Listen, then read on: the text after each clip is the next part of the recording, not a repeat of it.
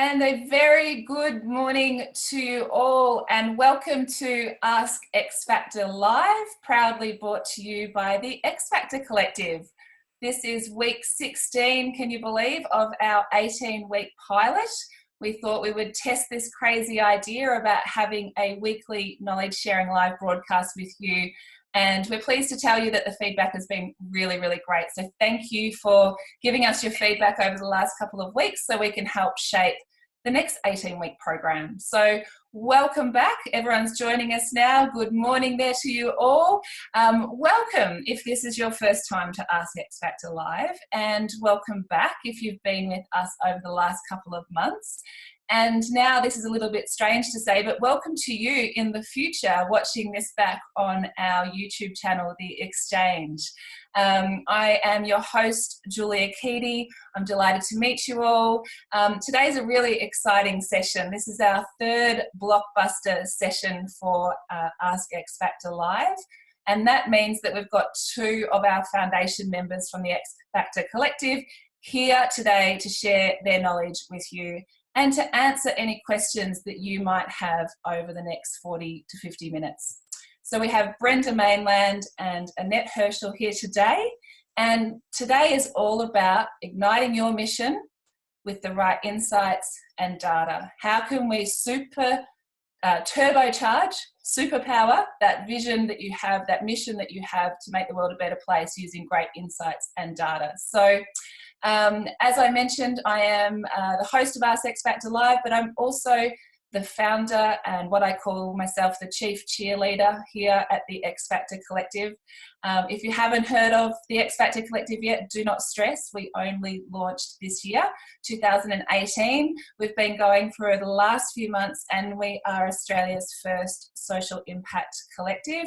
What does that mean? We are basically a community for you, a community for all social change makers.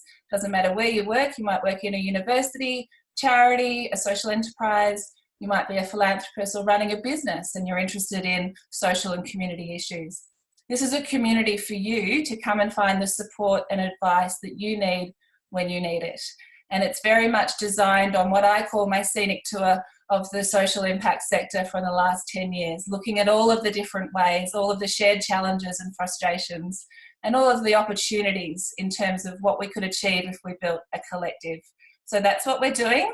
We're on a bit of a mission, and we're excited to have you here as part of our community, our knowledge sharing community.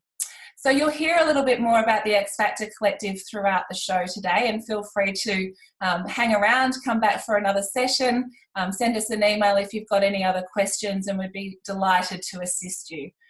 Before I introduce you to Annette and Brenda today, just a couple of housekeeping items.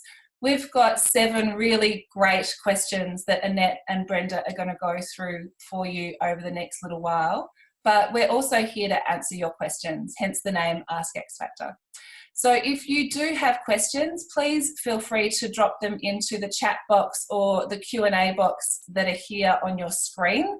We are using Zoom's webinar platform. There's a little plug for Zoom. We hope to have them as a partner next year. And you can just have a quick look down the bottom and orientate yourself. There's a Q&A box and a chat box, so you can pop your questions in there. We are recording, and all of this information will be uploaded onto the Exchange, our new YouTube channel, which you'll hear more about throughout the show. But just please be aware of that we are recording. And if you would like your question answered anonymously, just let us know. You can just pop in the chat box there asking this anonymously, and we will honour that for you. If your link drops out, do not stress. You can call back into the show. And if you have a look in your chat box there, you'll see there's 2 phone numbers and a link code to be able to get back in. I'm also just going to pop that up on your screen as well. You can take a screenshot of that and all the details are there. But if anything happens technically from a phone or web point of view, don't stress. All of this is recording and will be up on the Exchange in the next couple of weeks. Great. Excellent. Well, I think that's all the housekeeping done. So that means we can get on with the show, which is super exciting. So welcome to you joining us now. There's a few people just turning up now. Good morning to you. Welcome to Ask X Factor Live. All right. That sounded funny, didn't it? Let's get into it. I'm just going to split my screen open now so you can see. Here is Brenda and Annette. Good morning, ladies. Morning. And I'm going to unmute Brenda. There we go. That'll help. Good morning, Brenda. Good morning. How are you going? Yeah, really well. How are you today? Yeah, good. Thank you. Excited to be here. Great. Good morning, Annette. How are you going? Awesome. Thank you. All well. Great, great. Let me tell you about these wonderful women, and then I'm going to let them introduce themselves as well. So both Brenda and Annette are foundation members of the X Factor Collective, and both Melbourne-based and work with organisations all around the country.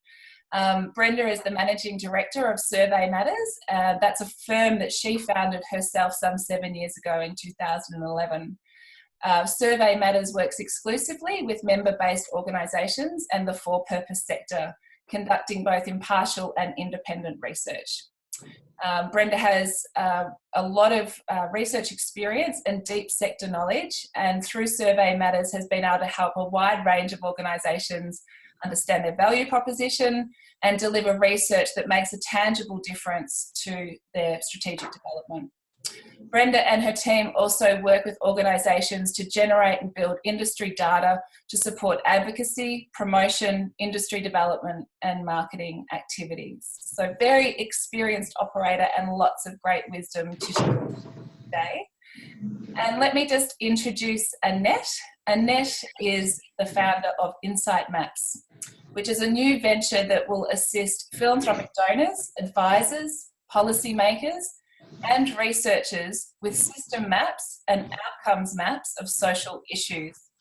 Annette has 20 years experience in the social purpose sector and also works in an advisory capacity with social entrepreneurs, philanthropists and small businesses. So I'm delighted to have you both here today, ladies. Thank you very much for joining Ask X Factor Live. Before we get started, could you both share a bit about your background? How did you end up working in this area? And how did you become involved and passionate about research, data and insights? Brenda, I might start with you first, if that's okay. Yeah, sure. Excuse me. Thanks, Julia. And I'm delighted to be here today and contributing to the X Factor Live series. My background is actually in the corporate sector many years ago, where I usually describe myself as a specialist generalist, general management, project management, customer relationship management, but everything noticeably to do with dealing, outward facing and dealing with customers and helping them, solve their problems. In late 2010, I decided that I'd wanted to get away from the corporate space. And so along with my business partner, Rebecca Sullivan, over the next 6 months, we created Survey Matters, a research agency that focuses, as you said, on member-based and the for-purpose sector. When we were first working on our shareholders agreement, we developed 4 business objectives that would govern our business, and agreed that one of those objectives was to develop a business that contributes positively to the community in line with our values. And of course, to do that, we knew that we had to provide valuable services and we also have to be profitable. But from the outset, we knew that we wanted to provide positive outcomes and to work with others who were equally passionate about providing positive outcomes. We identified quite early on that member-based organisations in the for-purpose sector was often not very well served by research agencies. The large agencies and advertising agencies were often unaffordable, and the smaller consultants were often just using surveys as a means to get a little bit more work. And so, Survey Matters was born 8 years ago, and today our aim is still to deliver meaningful data, and insights that this sector can use to provide evidence of your program outcomes, to support your advocacy efforts, to better understand your tribe or your audience, to drive your strategy. At our core, we believe that that the best decisions are data driven, that they're based on information, insight, and data and analysis, and not just your gut feel, which is often right, but you need that hard evidence. So, you know, that's part of what we're trying to do, is to give you the evidence that you need to support your vision and your mission. Fantastic. Thank you, Brenda. Over to you, Annette. Do you want to share a little bit about your background and how it is that you've ended up here so deeply passionate about this topic? Well, my academic background is marketing and psychology, which is actually really useful for social change. I didn't realise it at the time when I was in university. I was thinking, how am I going to contribute to social change with a marketing degree? But actually, and a psychology degree is super important, super relevant. So I spent 20 years building relationships and partnerships between government, philanthropy, and charities. And after 20 years, I was just reflecting on how much money and how much effort is going into this space. And really that sense that change making is a skill. Knowing who to fund is a skill, because actually funders, and I'm talking all funders, they actually hold the key in their hands to social change, because it's where they direct their money is where the change will happen. So who's educating and helping these funders work out where to put their money? Because that's actually critical behind the scenes, you know, turnkey thing, that if they know where to put their money, then social change will happen more effectively. And so I looked around, I did like a digital lit review globally, and I thought, aside from employing advisors and researchers, how is technology helping people? Because technology is everywhere now. It's in every aspect of our society and it's helping, but how is it helping social change? And I realised that it wasn't so active. There wasn't a lot of excellent technology platforms in social change globally. And so rather than, you know, sit and complain about it, I thought, well, perhaps I will actually try to conceive and build something. So that was a bold step into what is now a couple of years into my startup. It hasn't launched yet, but it's about to. And it's called Insight Maps. And it was a question of how can we curate data to make it maximally effective and accessible and easy. Because there's heaps of data around, but the question is, how do you translate it to make people use it and connect with it? And then it's a question of, well, what content is really useful, right? So we can take data, we can use technology, but what do we need to show? And there's two elements that I felt were quite critical. One is, and there's going to be more, but this is what we've started with, system maps of social issues. And what I mean by that is there's a lot of silo funding, a lot of silo understanding. Think about universities, they're silos. Think about hospitals and medicine and health, it's all siloed. And yet, and that's because in a way there's a lot of complexity, but you know, our body's not at a silo, our body's all connected as a system. And so are social issues, they're connected as systems. And so I approached a respected evaluation consultant to see if we could draw systems maps of social issues to show that where the connections are. So for example, if a policymaker or a funder is interested in homelessness, but they see the connection light up between homelessness, mental health and family violence, it might prompt them to investigate the systemic interaction rather than just the silo. Which would lead to some more sophistication in their strategy. So that's the first part. And that's an insight that you can derive from creating these, showing these systems maps very simply using technology. And the second piece was outcomes. Another big gap that I saw globally was that whilst there are heaps of charities, there's no lack of information on charities and heaps of activities and interventions and things that they're doing, what hasn't been developed is to show the outcomes between what activities they're doing and what outcomes they're creating. So for example, if you're funding into mental health, very easily you can see there's mental health research, there's counselling, there's crisis support, there's a plethora of activities. But if you as a savvy funder or policymaker or investor want to say, well, I want this outcome, so what activities do I fund to achieve this outcome? So how do I fund to outcomes? There was not much work done in that realm. So with my partner, we've been developing these outcomes maps. So you track down the systems maps to the issue at the granular level where you might fund or invest, and then you can fund to outcomes. So that's what I've been up to with Insight Maps, and it's my latest project. And I'm also a business advisor and coach with X Factor Collective. Amazing. Amazing. You can see why we're building the X Factor Collective just listening to Brenda and Annette introduce themselves. You know, incredibly talented, what I call heart smart people with the smarts, but also the heart about caring about you and you achieving your social mission with the best possible tools. So thank you for your beautiful introductions there, ladies. Great to have you here.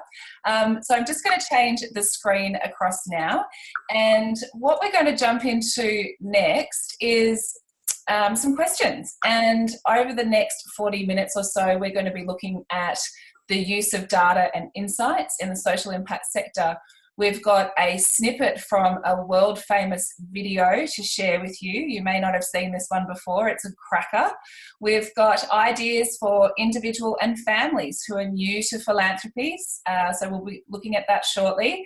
Looking at the transformative power of research and insights to drive advocacy campaigns, which we're excited to hear Brenda talk about. Advocacy campaigns shortly in the show, and also to answer your questions. So please do feel free to put your questions in the Q&A or chat box, and we will jump into those as well. So let's jump into it, shall we, with question one. Question one is with yourself, Annette, and the question is, we hear a lot about using data and insights in the social impact scene. Can you please explain what all of this means and what you are seeing in your travels? Sure. So essentially there's a lot of information out there. There's a lot of research reports and data sets. They're sitting in national statistics, organisations like the ABS here in Australia. They're sitting all across global and international organisations like the UN. And universities. There's heaps of data and heaps of research. So using research to inform policy and programs is relevant to all sectors. It's not just social impact. It's government, business, charities, everyone really, you know, wants to draw on this research and this data. Because there is common understanding that, and really, you know, this is not just best practice, this is really common understanding that it is the best thing is to work your policy and your programs on evidence, and data is evidence. So we've got to start there. So the question is how to get access to this data. Once we have the data, then we can direct our funding and our services in social impact more effectively, because we'll know where the problem is and who to serve with our programs and services. So when we talk about data, there are three elements. One is what questions do we need answered, because we've got to set the parameters, because there's so much information out there, we've got to define our questions. Then the next thing is, where do we find that data? Number two, where's the source? And then the third and really crucial piece is, how do we present that data? Some people talk about data design. So if you have a look, Julia, if you grab the picture on the CEFA is the ABS, from the ABS census. It's the socio-economic indexes for Australia, and it includes relative disadvantage and advantage, and education and occupation. So this is raw data. I'm just showing you all, this is what it looks like, right? Not sexy, and there are pages and pages of this stuff out there. This is raw data.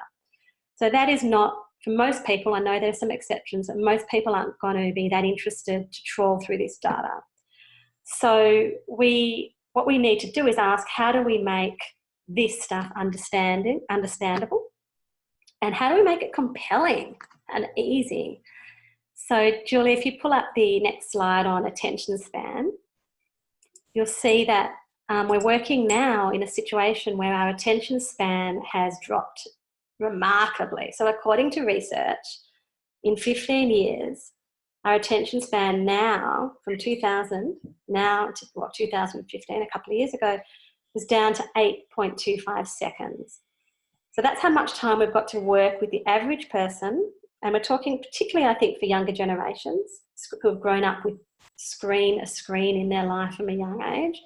So now they say that our attention span is less than a goldfish, which is quite ridiculous. If you've ever had a goldfish, they actually move very quickly. So we're talking about taking some of this raw data and translating it in a way to present it in an 8-second moment of time. And Julie, if you pick up the next slide on the visual information, the other critical thing with presentation is visualising, because we visualise information much faster than we can read text. So you can see that 80% of people remember what they see and do, 20% what they read, and 10% of what they hear. So we process visual information 60,000 times more than text. So the visual presentation is critical. So you can take that down now, Julia, you can leave it up if you want. But basically the best techniques in presentation of data that I've found include visualization, and they include storytelling, right? Because if you can tell a great story, then you can really make the data compelling and come to life. So I'll just end my answer by showing two of my favourite examples. One is Sketch Group, who you might have seen these. So these are examples of how do you present data visually and telling a story. Sketch Group, sketch videos, they do these 2 to 3 minute sketch ups. So you might have seen them. I'm not going to play one now, but you can see in the right corner it says the federal budget in 3 minutes. And there's a video and it's been drawn and it's compelling and there's a story and it's content and data rich. Or what is UX design. So I love these SketchUps. I think they're, I think we have to work with this balance, this very careful balance of rigor and authenticity on the one hand, which is where the data and the research comes in, but at the same time to be playful, compelling, and visual. So that's a perfect example. And I also wanted to put up this video, this world famous video.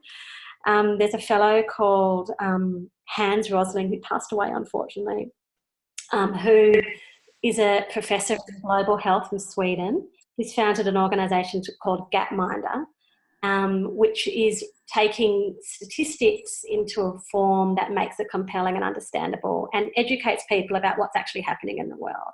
So here's a 3-minute snippet. Stay with it. He's a funny old man, gorgeous man. Stick with it. It's 3 minutes, TED Talk called The Best Stats You've Ever Seen. You good, Julia? Yeah. So this is where I realized that there was really a need to communicate, because the data of what's happening in the world and the child health of every country is very well aware. So we did this software which displays it like this. Every bubble here is a country. This country over here is China. This is India. The size of the bubble is the population. And on this axis here, I put fertility rate. Because my students, what they said when they looked upon the world, and I asked them, what do you really think about the world? Huh? Well, I first discovered that the textbook was Tintin mainly. And they said the world is still we and them. And we is Western world, and them is third world. And what do you mean with Western world? I said, well, that's long life in small family. And third world is short life in large family. So this is what I could display here. I put fertility rate here, number of children per woman, 1, 2, 3, 4, up to about 8 children per woman. We have very good data since 1960 about, on the size of families in all countries. The error margin is narrow. Here I put life expectancy at birth, from 30 years in some countries up to about 70 years. And 1962, there was really a group of countries here that was industrialized countries, and they had small families and long lives. And these were the developing countries. They had large families and they had relatively short lives. Now, what has happened since 1962? We want to see the change. Are the students right? It's still 2 types of countries? Or have these developing countries got smaller families and they live here? Or have they got longer lives and live up there? Let's see. We stop the world. And this is all UN statistic that has been available. Here we go. Can you see there? It's China. They're moving against better health. They're improving there. All the green Latin American countries countries, they are moving towards smaller families. The yellow ones here are the Arabic countries, and they get larger families, but longer life, but not larger families. The Africans are the green down here, they still remain here. This is India. Indonesia is moving on pretty fast. And in the 80s here, you have Bangladesh still among the African countries there, but not Bangladesh. It's a miracle that happens in the 80s. The imams start to promote family planning, and they move up into that corner. And in 90s, we have the terrible HIV epidemic that takes down the life expectancy of the African countries, and all the rest of the world moves up into the corner where we have long lives and small family, and we have a completely new world.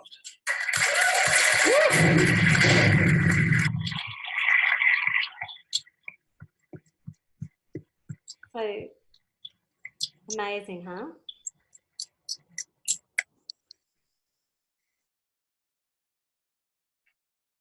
Great. Fantastic. 2.7 million shares on that one, views on that one too, Annette.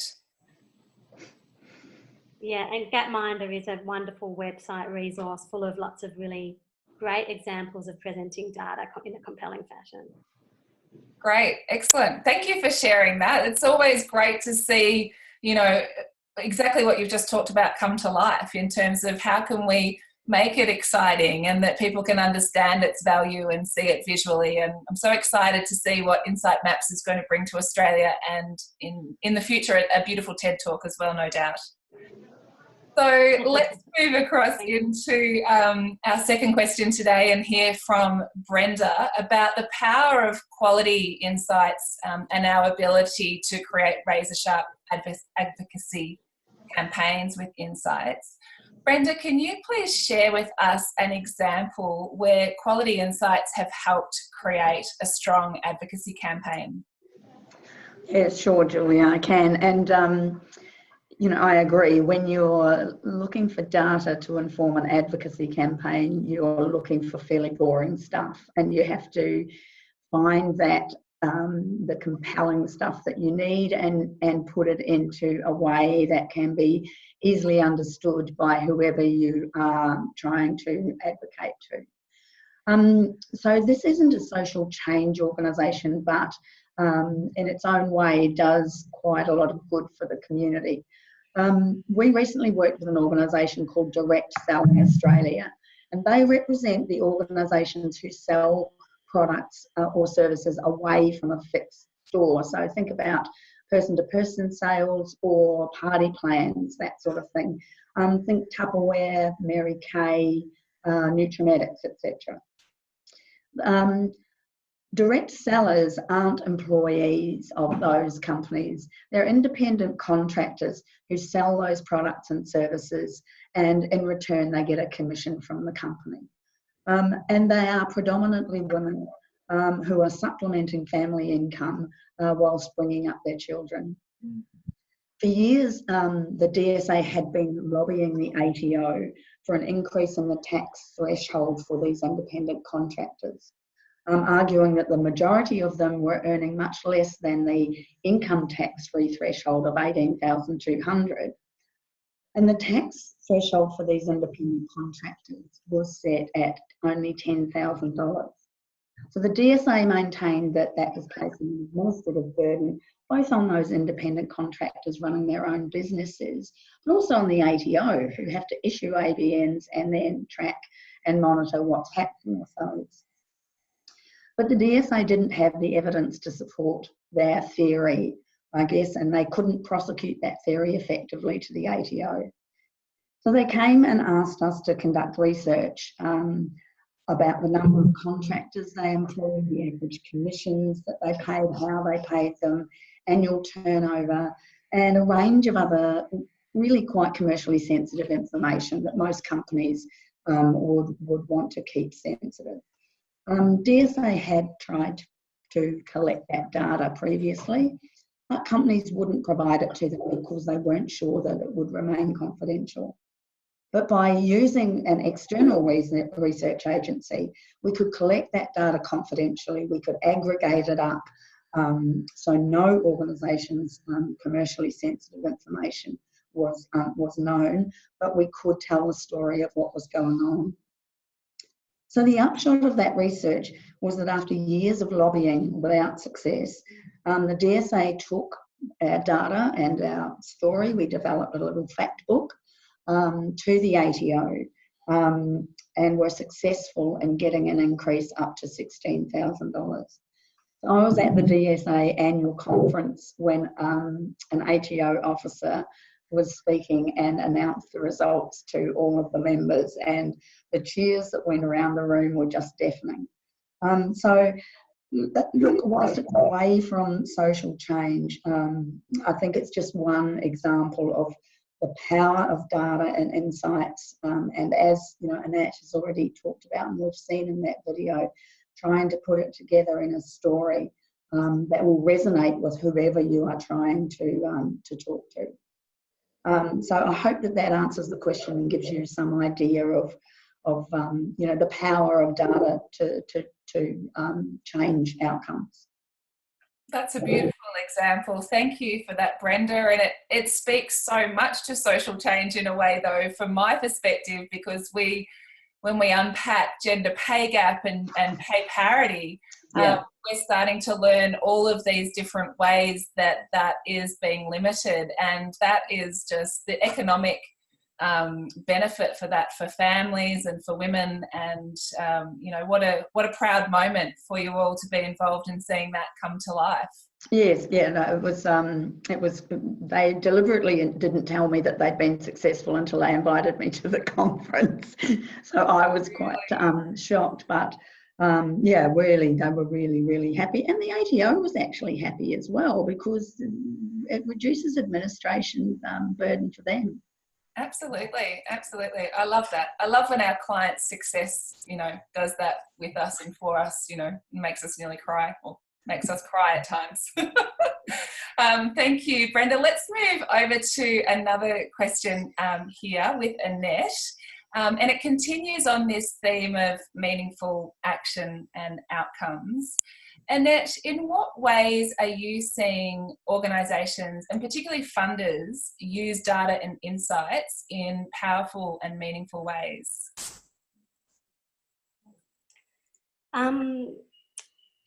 So GrantMaker, I think it's still developing, but one of the great new developments for funders has been the release of Foundation Maps Australia.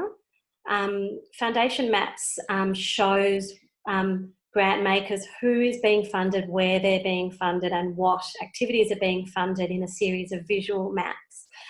And this allows funders to derive insights about their own funding. They can look at issues they're interested in and see where the saturation of funding is, where the gaps are.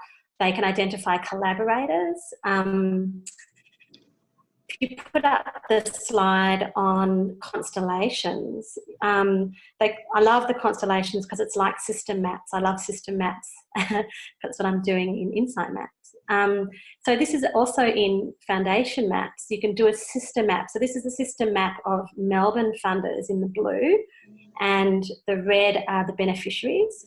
So if you see, for example, Justice Connect there, this is just a screen capture, but when you actually hover over Justice Connect, you see the line light up between Lord Mayor's Charitable Foundation and Helen McPherson Smith Trust. So you can see that Justice Connect has been funded by those two organisations.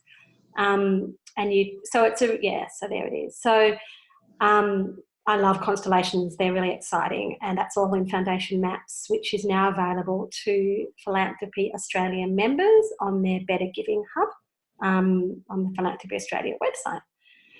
So that's one thing, and that's also globally available via Foundation Centre in the US. And you can actually research some really fascinating topics like global ocean funding and East Africa funding, and you know, there's a lot available on Foundation Centre's website. In terms of charities and not-for-profits, it's not new, but what they're doing is using things like easy grants to aggregate data on funding, or US Foundation Directory Online aggregates 11 million grants available to charities around the world. So these are some ways that charities are using data. And I just wanted to mention something about podcasts and online learning. This isn't as sexy or as new as some of the other ways that data is being presented, but they're very popular ways of getting information. I wanted to show an example of something I've recently studied. If you get up that final image on C3, I came across this course called Consciousness, Communication and Change. And it's basically rock your message. And it's basically about how do campaigners and advocacy, people involved in advocacy, communicate their message to get more impact. So I was really excited about this when I saw this, because I have been speaking to a number of campaigners over the years who tell me they feel like they're a broken record. They feel like they're saying the same thing over and over again, and people's eyes are glazing over and they're wondering what's going wrong, what's going on. So I thought I would do this course because I'm really curious about this topic. So I suppose I'm just illustrating that there's some great content out there. And an example of what one of the messages I got from this course was that when you're involved in campaigning, you know, classically, if you said to someone, give me 2 minutes on your issue, they would just tell you all about the problem for 2 minutes. But what they say in this course is that the best way to communicate in your 2-minute slot is to spend a third of it on the problem, a third of it on the solution, and a third of it on the vision. And when you actually try that in practice, that this is the problem, and you stop yourself and you say, and this is the solution, and you stop yourself and then you say, and the vision is da-da-da-da-da, it's so much easier to receive as someone who's listening. So I've been very excited about these. You know, I think there is a lot of great content out there in different forms. And I've devoted myself this year to trying to spend a half a day a week studying and learning, because there's so much good content out there, and we don't all need to reinvent the wheel. There's a lot of people doing great, like this consciousness, communication and change workshop was based on 20 years of neuro research, social research, cognitive research and behaviour change research. So this is data. This is using data and research, you know. So we have access to it, if only we make the time to study and learn, which I'm trying to at the moment. So, yeah, good stuff out there. Fantastic. Excellent. I love that. I can't wait to play that back in a couple of weeks and just hear the chopping it up into thirds. It's such a great message for all of us in how we communicate, even if we're not campaigners or activists. You know, it's actually a really great communication style, just in terms of, you know, talking through everyday ideas. Great. Love that. Yeah, love all these tools and ideas. Thanks, Annette. That's brilliant. Thank you so much. Brenda, let's move across to you. And for our viewers here today on the live broadcast, you might be thinking of some questions now, something that is happening in your organisation or something that you're wanting to get going for next year. Feel free to drop us a question. It doesn't matter what it is, can be big or small. We've got amazing women here today to answer your questions. So feel free to pop that in there today. But Brenda, let's pop across to you now. You have seen a lot of organisations over the years take huge leaps and transformation through undertaking really solid and sound research. Could you give us a couple of examples of the types of transformations that you have seen? Sure, yes, that's a great question. And of course, sometimes I think transformation is in the eye of the beholder or the organisation, because sometimes incremental progress is equally valuable to organisations, and sometimes transformation takes a long time and can be seen as that incremental transactional progress. So I've got a couple of examples, both quite different. One is Community Housing Victoria, who's an organisation that provides long-term and transitional housing to low socioeconomic families. They also provide a range of homelessness services to people primarily in Eastern Melbourne and down through the Gippsland region.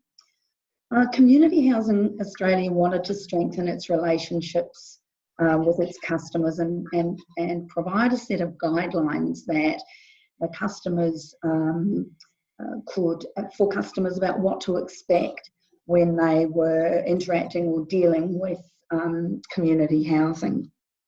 They specifically wanted to develop a customer promise or a customer charter that would outline, you know, what customers could expect. So they wanted this promise to be an integral part of their interactions with customers, and they decided that it wouldn't be right for them to develop a promise based on their own chats internally, and that they needed to understand where the customers' issues were with how they were interacting at the moment, and where they could do it better, and what they could weave into their customer promise.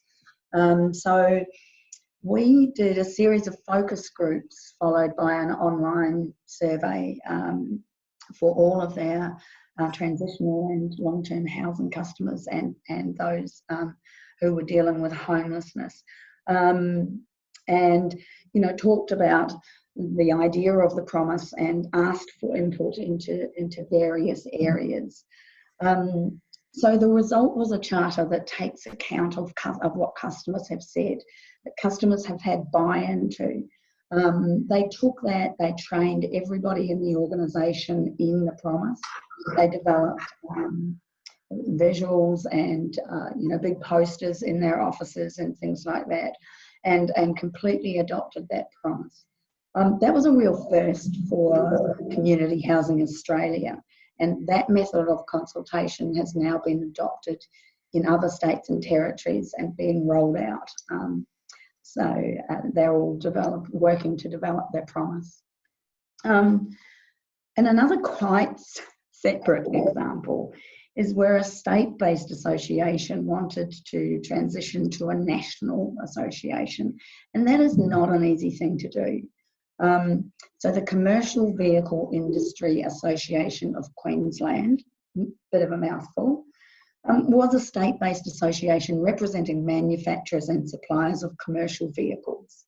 It was part of a federated membership model, but members in Queensland wanted to establish a national structure that could provide a unified voice and better advocacy to take to state and federal governments. So trying to, you know, all the regulations around you know, big road transport and those sorts of things.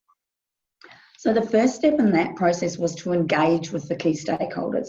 So members, non-members, regulatory authorities, government, about the prospect of forming that national body. You know, would it be supported?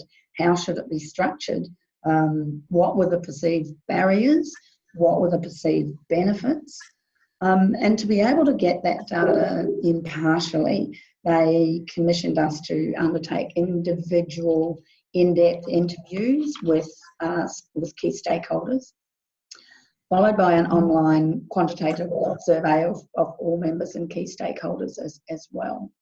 And the result really was the outcomes of that research formed the basis of and the structure for the new entity, which is called Heavy Vehicle Industry Australia now. So a year later, we undertook another quantitative survey just to test whether you know, the entity was running the way it should, and that its vision and its mission was being delivered and seen by its members, and overwhelmingly positive endorsement for the change to a national model, and you know, reports that their advocacy efforts had, you know, helped streamline regulations and things like that. So look, it took a long time for that transition. So, you know, often we talk about transformation and we think it's a big leap straight to here and it happens really quickly. It doesn't. It happens over time. But I think that, you know, guided by that kind of reliable data and those insights that we were able to gather, you know, the outcomes were really positive. And HVIA continues to grow across all states and territories. And those are just a couple of examples. Does that kind of answer the question? I'm aware I've talked more transaction than transformation, but you know, good data and reliable insights don't come about overnight. You need to think about them. You need to you know, get the right information. You need to sit on it. You need to know where that story is. So it doesn't always happen as a big bang. which we'd like to think it does, but it really doesn't. So I hope that kind of gives you a couple of examples. They're great examples. Thanks, Brenda. And I think, going from state-based body to a national association, it's not something that people do lightly. And what I hear is the value of having someone around the table to help you think about the questions that you need to ask. A lot of people think that they can do research internally as well to help inform these big decisions, but being able to come to you and your business and being able to say, can you just sit around the table and help us? What do we need to be thinking about is certainly a very valuable starting point for a lot of these big decisions. That's great. Thank you so much, Brenda. I'm going to let Annette and Brenda just have a little drink of water, and we've got another 12 minutes or so to go. We've got a couple more questions to go here today, but just to let you know that we do have 2 weeks left of Ask X Factor Live on our live broadcast here for the end of 2018. And we've got 2 exceptional women coming up. We do have men in the X Factor Collective as well, but we do have a bit of a run of women at the moment on Ask X Factor Live. 2 really great women coming up, and you don't want to miss these next 2 sessions. Let me just quickly show you. Next week we have probably the person with the best name in the collective, Rebel Black, will be here next Wednesday. Rebel has got an exceptional amount of years of experience as a business coach. And she lives up in Lightning Ridge, Queensland. She works with people all around the world, and she's got some really great insights to share with us next week about your business, about you, about setting goals. We're going to be talking about money, focus, and impact in your business and in your venture. So don't miss it. She's great, really sharp, and a lot that she's going to be sharing with us next week. The following week, and the last part of our 18-week pilot, is with the beautiful Leanne Hart. And this is a really exciting session. Leanne has 25 years experience in the people and culture side of organisations and has helped organisations achieve B Corp certification. Now, this is a really growing trend, and a lot of people wanting to know more about B Corp and how it works. So Leanne's going to be talking us through step by step what it all means, the things you need to be thinking about, and unpacking some of the detail of B Corp certification. So that's going to be a great session. And she's also going to be sharing some insights around building strong culture within your organisation, about enterprises that are in a mode of expansion over the next couple of years, some things to be thinking about from a people and culture point of view. So very excited to have these beautiful women here with us over the next 2 weeks. They're all members of the X Factor Collective, and all of our members, as you can see, are really highly skilled and also pre-vetted. Everyone goes through a process of being reference checked to make sure that when we recommend them to you, we know that they are the highest possible caliber specialist in Australia to work with you on that specific area. Before we jump across back into some more questions, I'm just going to quickly show you that we have been turning all of these beautiful questions into mini episodes that you can watch back, or you might be there watching this at the moment, at The Exchange, which is our YouTube channel, which is very exciting. And something that I have been personally wanting to do for many years is to build a social impact knowledge library where you can come and get your questions answered. So what does that mean? There's a whole range of different types of segments on The Exchange: fundraising and partnerships, boards and governance, data, tech, analytics, well-being, mindset and self-care, philanthropy, communications and marketing, some tips there from our social change maker coaches. There's 100 videos on The Exchange at the moment, and will be 150 in the next couple of weeks once we put everything up there from this 18-week pilot.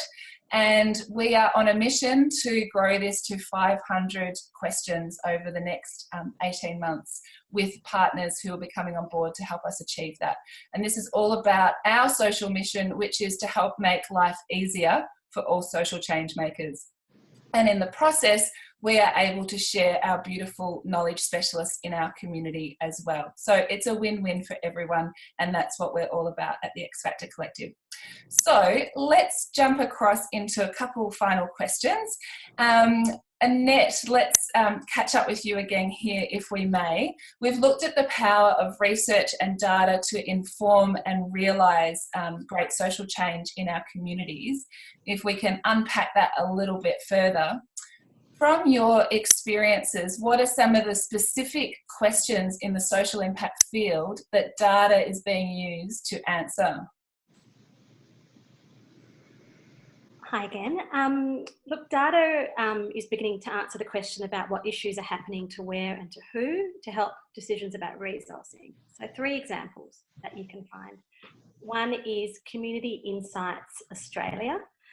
They have taken data, Australian data, and created geospatial maps. So you can jump anywhere in Australia, right down to almost the street level, and see the social issues that are impacting in those areas. So it's really clever, elegant use of taking raw data into mapping device. Another example is something called Australia's Social Pulse, very new, in beta version, released by the Centre for Social Impact. And what that is showing is the progress over time in different social and environmental issues. So you can look at audience groups, geographic groups, look at the data, but presented in a way that enables you to get a bit of a snapshot of the issue. And there is also an attempt to take data that's been stored in grant applications and grant acquittals. So if you can think about 600,000 charities in Australia, 20,000 of them have DGR. They're writing a lot of grant applications. There's a lot of acquittals. The acquittals talk about interventions and activities and outcomes, and all this data is sitting dormant.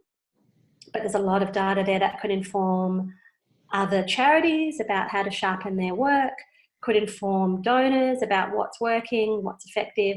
So another example is our community's Smarty grants. They are starting to, if you run your granting making program through them, you can actually start to see where your funding compared to what your objectives were, where your applications are coming from, what the gender balance is. They're starting to map out some of this data that's been dormant for their users. So there are 3 examples in Australia. Great, fantastic, excellent.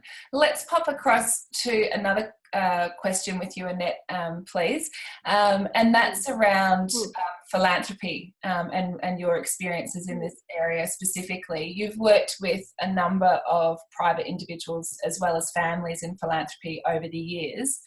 For those who are starting out in this whole social impact, social change space as an individual or as a family, what are some of the services and tools that are available for them? Yeah, in Australia, somebody starting out in philanthropy could start by reading Genevieve Timmons' Savvy Giving, which is about to be released in the 2nd version next year. It's a great overview of so many different pieces to giving. Then I would jump across to American resources because I think it gives that's the most advanced digital platform, which there are 2. One's called Issue Lab and one's called Grant Craft. And even though they're American, what they do is they give you really good overview. There's too much information, but you can click on things like infographics, takeaways. You can look at women, you can look at homelessness, you can look at, there's so many different issues. So there's a lot of information there, but what it would do for a new funder would provide a level of literacy and a bit of an overview without necessarily going too deep into the detail, which I think would be helpful. And then coming back to Australia, joining Philanthropy Australia as a member and being part of their Better Giving Hub, again, to posting all Australian-related philanthropy resources, and that's growing. It's going to become more content in there soon. But it's a great overview and it also allows you for sort of networking and collaborations. And they do a lot of face-to-face things too, so a lot of grant-making workshops where you can turn up face-to-face. So you can take the content how you like, whether it's in person or virtually.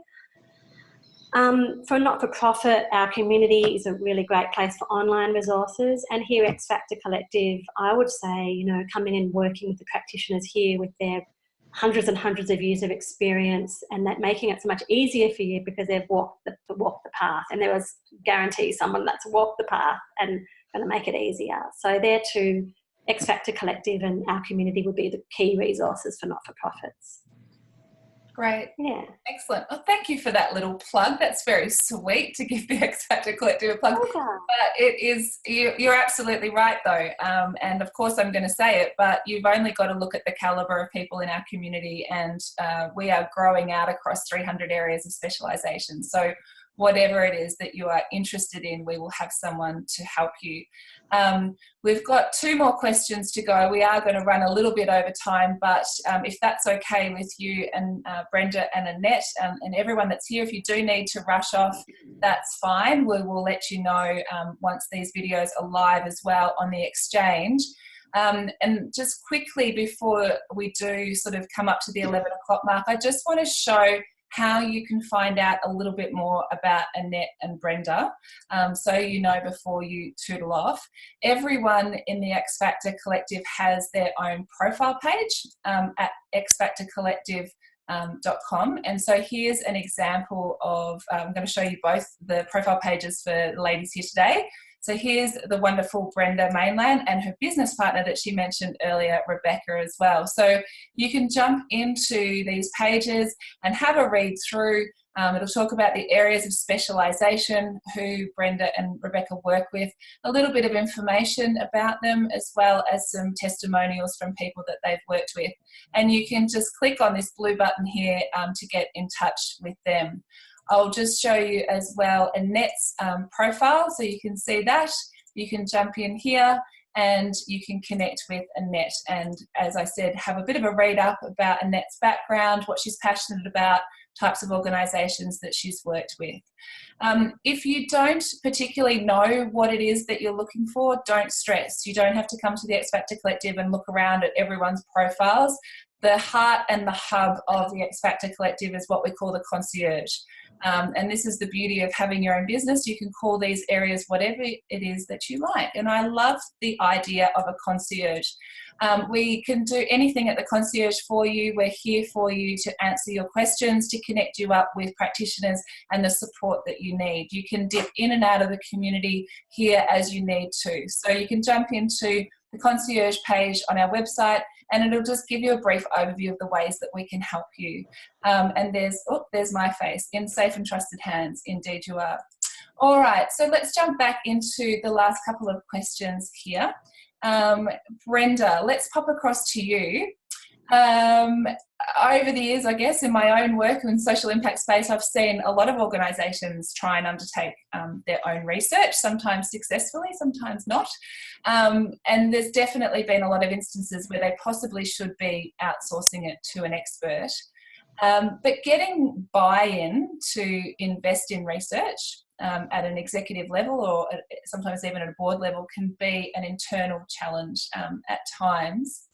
Brenda, if you're trying to build buy-in internally and you're a bit of an internal change agent and you want to invest in research services, what are some of the tools, advice and tips that you can give to internal stakeholders to really help build that level of buy-in?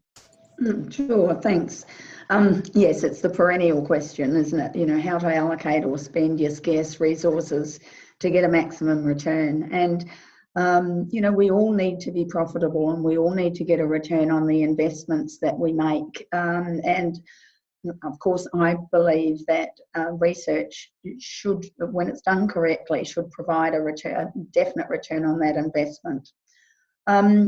So it depends on the nature of your project. It's fine to do your own research depending on what you're doing.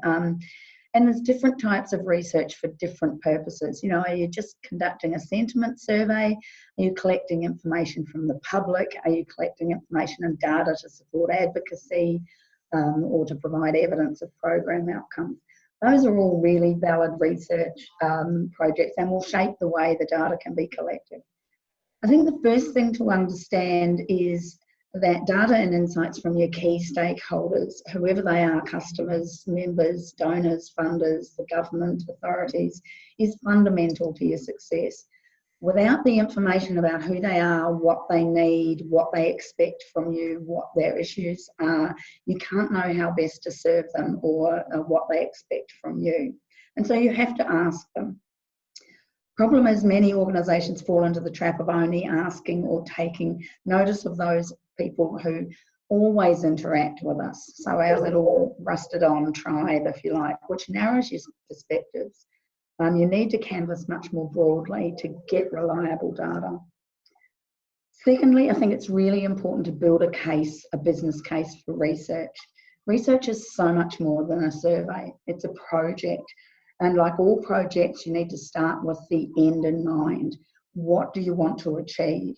What knowledge gaps are you trying to fill? What information do you need? And who has that information? And how are you going to get that information to you? You know, that knowledge from those people that actually have it.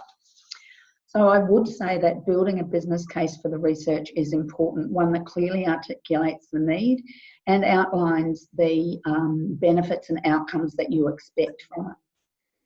Another handy tip is to try and find a champion, if you can, either within the organisation or external to it.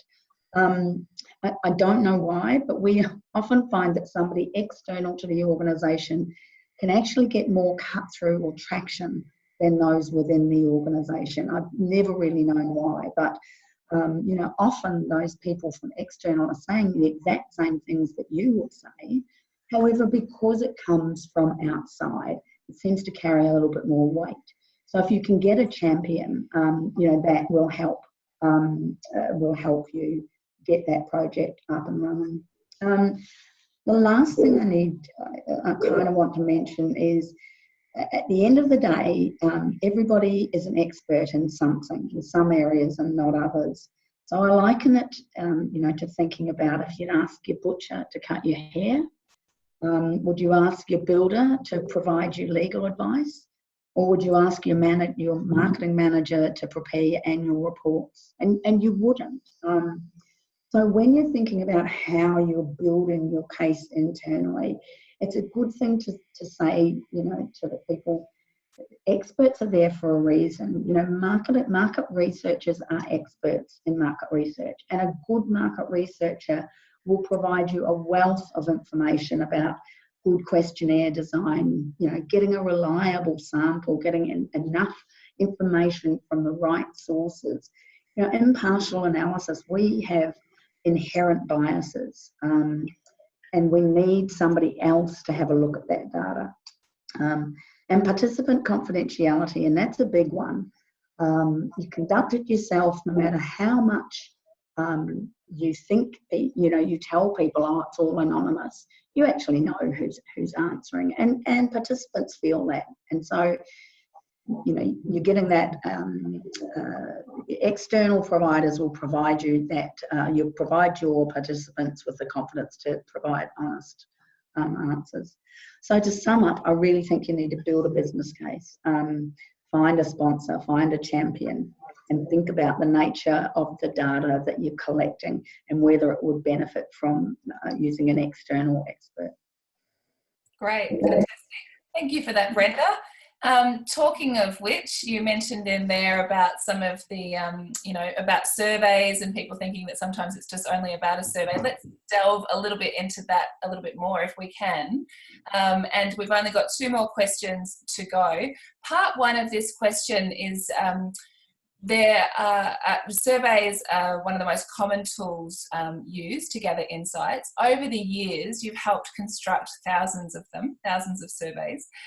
What are the foundations of a good survey, and what are some tips for people watching this who want to be constructing them internally in their organisation? Sure. I think, and I touched on it before, the foundations of a good survey is to be very clear about the objectives that you want and what are the outcomes that you need. It sets the project up and it should guide you through the process.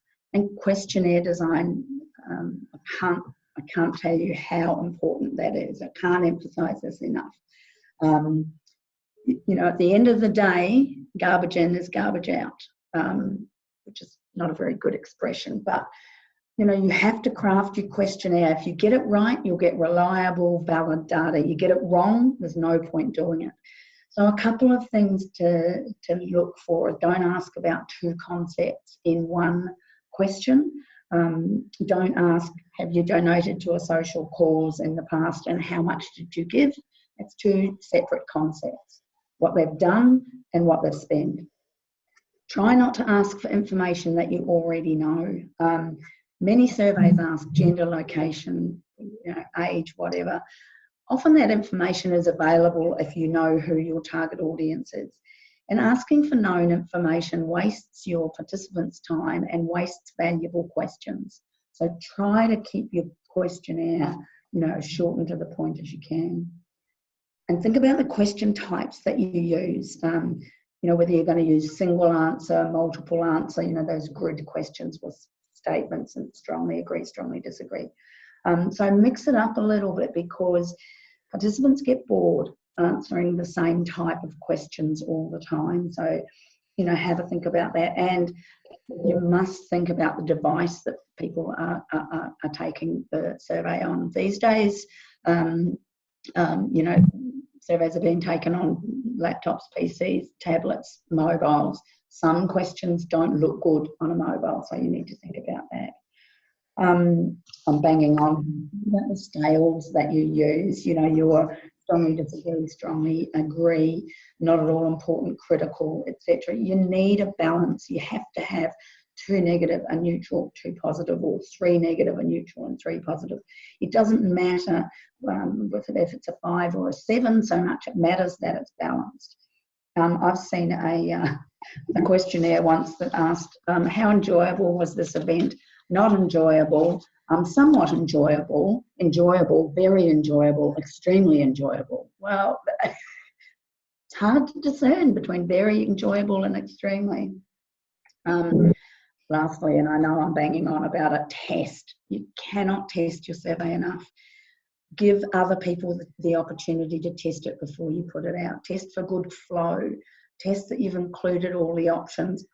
I left Queensland off a list of states and territories once. Disaster. Test your spelling and grammar. Test how long it takes. Check that the questions make sense to your audience. They answer them. Test that your logic works, that you're not asking questions that people can't answer. So, oh, sorry, I'll calm down now. But getting it right is absolutely fundamental to good decisions, and disastrous when you get it wrong. So that's a little bit about, you know, what to think about. And there's plenty of resources on the web.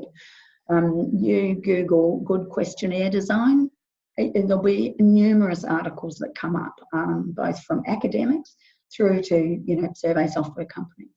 Great, fantastic. Thanks, Brenda. And just following on from that about surveys, what are some of the most common pitfalls that you see? You've touched on it just briefly now in terms of, you know, sometimes the scale by which people use. But what are some of the most common pitfalls that you see organisations do when they're crafting their own surveys? And how dire can these outcomes be for an organisation? First of all, organisations fall into the trap of thinking they can whip up a survey with free online software and it's free. But it's not the case. Someone has to design the questionnaire. Somebody has to program it in the software. Somebody has to manage how you're collecting your responses. Somebody has to analyse that data. Somebody has to put it into a story, because, you know, Annette talked earlier about storytelling. And that's effectively what we're doing as researchers at the end of the day, is taking a whole lot of terribly boring statistics and weaving it into a story that makes sense and that can inform your decision making. So, you know, thinking that you're doing it for free is a little bit of a misnomer, if you like. The other thing that I think people fall into the trap of thinking, well, it's just a survey, we'll ask a couple of questions. we need to be using research to contribute to knowledge, to inform advocacy, to secure funding and other support to provide evidence of program outcomes. So the endless surveys we receive every time we shop or stay in a hotel or doing things like that, sometimes I think demean the actual purpose of good research. Survey fatigue is a real issue. It's harder and harder to get responses these days, mostly because everybody puts out a survey about every little thing. And personally, I've never received the results of any of those event or hotel surveys I've done. So I wonder, what was the point, really? So, yeah, it really is, ask yourself why you're doing it. You need to have a clear purpose. The whole thing, a survey is not a survey, research is a process. It's much bigger than whipping up a few questions and putting it out and seeing what happens. And the result is, as I said earlier, garbage. And you craft the questionnaire wrong, then you're getting meaningless data. And you've invested your own time and effort and internal resources to do that for data that you can't rely on. And that's really what we try to do, is to provide something that is valid, reliable, and that you know is right. You have the evidence and you know what it's telling you. Sorry, too long again, but get a bit passionate about this. That's fine. That's fine. We all get passionate about the topics and the work that we do. That's completely fine. Thank you for sharing that. Well, we have run completely over time, but this has been such a wonderful session and a wealth of great ideas and insights for people to take away. Before we do wrap up, I can't believe we did 9 questions today. I said at the start we were going to do 7. We've done 9. I'm just going to split the screen so you can see all 3 of us and wrap it up with, I guess, some predictions coming to the end of 2018. You might be watching this in 2019, but we're back here in the past creating this content. And so I'm just going to split that across. And just as a final word, let's talk about the future and trends. What do you both see on the horizon, and what do you think will be changing most over the next 12 months? Might start with you, Brenda. Yeah, okay. One of the things we're seeing way more of is use of mobile devices to complete research on, and we banged on about this for years and we weren't seeing any traction or any take-up. This year we've seen an explosion in the use of mobile devices. Often we're 50% of our quantitative research is being taken on a mobile. So be really aware of your survey and how it's going to look. Test it on your mobile before you send it out, I guess. The other thing we're seeing heaps of is different ways to collect data. We've got social media monitoring now. We've got videos of, that people can use. We're seeing the ability to harvest information out of CRMs or your customer databases or your donor databases and things like that. And mesh it with social media monitoring and quantitative data, and you start to get much bigger insights. So we've banged on about big data for years and years as well, and there's plenty of data out there, but we are starting to see ways to harness that a lot better and a lot more efficiently. Fantastic, great. And over to you, Annette, for the final word for our session today. So, yeah, I think globally tech development, tech innovation is the big one. So I think we're going to see a lot more tools aggregating data on social change. There's no shortage of reports, but with our shrinking attention spans, there are going to be more intelligent ways of conveying this information to make it more efficient and compelling. So I'm seeing innovation particularly in the what works space. Platforms in Australia actively trying to answer this question, amplify social impact, and our community Centre for What Works. So they're trying to say what is actually working in social change and bring that data to as many people as possible. And my platform, Insight Maps, is doing the systems change piece around the way that issues interact in the system, and then what outcomes they lead to in theory. So I think these are the main pieces I'm seeing in my area, and a lot of innovation. It's really exciting, and I think well needed. It's about time. It's really important that we have access to this good stuff. Yeah. Great. Fantastic. Well, I'll leave the screen on this view here so you can give everyone a little wave because we are going to wrap up. And thank you so much, Brenda and Annette, for preparing for today's session and for sharing yourself with us today. There's just so many valuable goodies there. Can't wait to chop it all up into little videos and for it to be available back on the exchange in the next couple of weeks. So we will send that through to you, our viewers, to have links for that. We do have 2 last weeks left of the program, just a final plug for that. You will get a copy of that on your email as well. There is the last part of our schedule here, and we'll let you know what we're planning to do next with Ask X Factor Live. If you like our show, please tell everybody about it. We really welcome you to be a part of the community and bring others to the community here as well.